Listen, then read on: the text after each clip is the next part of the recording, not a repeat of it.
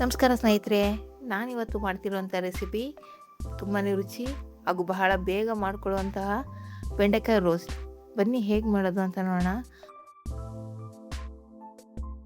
ಮೊದಲು ಒಂದು ಮಿಕ್ಸಿ ಜಾರಿಗೆ ಹುರ್ಕೊಂಡಿರೋಂಥ ಕಡಲೆಕಾಯಿ ಬೀಜ, ಬಿಳಿ ಎಳ್ಳು, 1 ಚಮಚ ಧನಿಯಾ ಪುಡಿ, 1 ಚಮಚ ಕೆಂಪು ಮೆಣಸಿನ್ಕಾಯಿ ಪುಡಿ, ಅರ್ಧ tea spoon garam masala, 1 tea spoon ಜೀರಿಗೆ, ರುಚಿಗೆ ಸ್ವಲ್ಪ ಉಪ್ಪು, ಚಿಟಿಕೆ ಇಂಗು ಹಾಕ್ಕೊಂಡು ಇದನ್ನು ತರಿತರಿಯಾಗಿ ರುಬ್ಬಿ ಪೌಡ್ರ್ ಮಾಡ್ಕೊಳ್ಳಿ.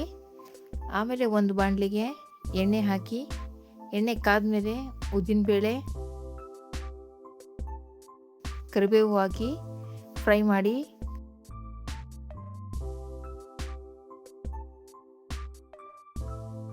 ಉದ್ದಿನಬೇಳೆ ಕಲರ್ ಚೇಂಜ್ ಆದಮೇಲೆ ಚೆನ್ನಾಗಿ ತೊಳೆದು ಕಟ್ ಮಾಡ್ಕೊಂಡಂತಹ ಬೆಂಡೆಕಾಯಿ ಹಾಕಿ, ಸ್ವಲ್ಪ ಉಪ್ಪು ಹಾಕಿ ಫ್ರೈ ಮಾಡಿ.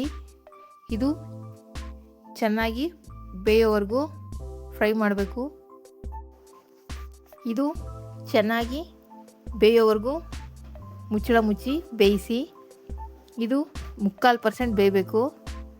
ಬೆಂದಮೇಲೆ ಮಸಾಲೆ ಪೌಡ್ರ್ ಹಾಕಿ ಚೆನ್ನಾಗಿ ಮಿಕ್ಸ್ ಮಾಡಿ.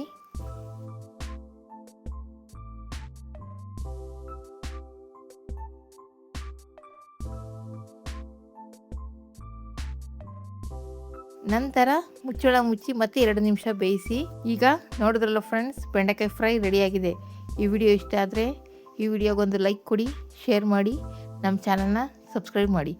ವಿಡಿಯೋ ನೋಡಿದ್ದಕ್ಕಾಗಿ ಧನ್ಯವಾದಗಳು ಫ್ರೆಂಡ್ಸ್.